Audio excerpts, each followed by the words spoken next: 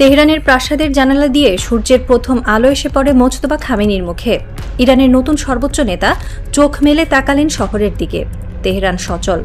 যুদ্ধবিধ্বংসী ক্ষেপণাস্ত্র হামলা সত্ত্বেও শহর টিকে আছে। তিনি হাসলেন, কারণ কয়েক মাস আগে যখন যুক্তরাষ্ট্র ও ইসরায়েলের যৌথ হামলায় তার পিতা আয়তুল্লাহ আলী খামেনি নিহত হন, তখন অনেকেই ভেবেছিল ইরান দিশেহারা হয়ে যাবে।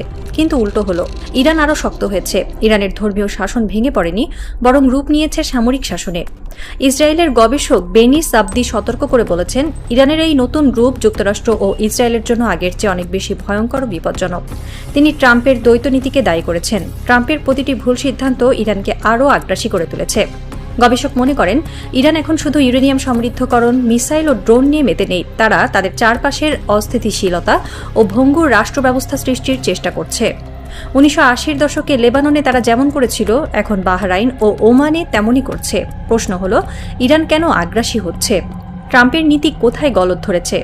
আর এই পরিস্থিতিতে যুক্তরাষ্ট্র ও ইসরায়েলের করণীয় কি?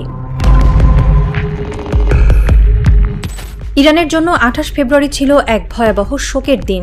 যুক্তরাষ্ট্র ও ইসরায়েলের যৌথ হামলায় দেশটির সর্বোচ্চ নেতা আয়তুল্লাহ আলী খামেনি নিহত হন। হামলা এতটাই সুনির্দিষ্ট ছিল যে খামেনির বাংকার ভেদ করে ড্রোন হামলা চালানো হয়েছিল। ইরানের ধর্মীয় নেতৃত্ব স্তব্ধ।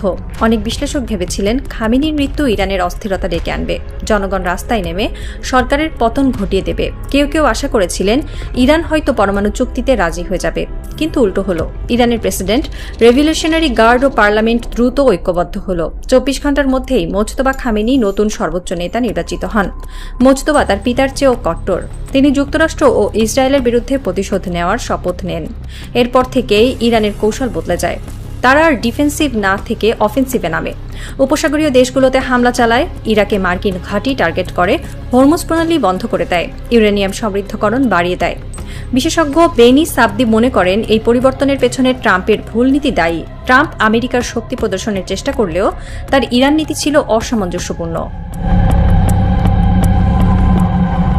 গবেষক বেনি সাবদি ট্রাম্পের দ্বৈত নীতির কঠোর সমালোচনা করেছেন। তার মতে, ট্রাম্প একদিকে বলেছেন ইরানকে সম্পূর্ণরূপে ধ্বংস করে দেওয়া হবে, অন্যদিকে তিনি ইরানের সঙ্গে আলোচনার পথ খুঁজেছেন। ট্রাম্প পাকিস্তান ও ওমানের মধ্যস্থতায় ইরানের কাছে যুদ্ধবিরতির প্রস্তাব দিয়েছেন, এমনকি ইরানের সঙ্গে পরমাণু চুক্তির আভাসও দিয়েছেন।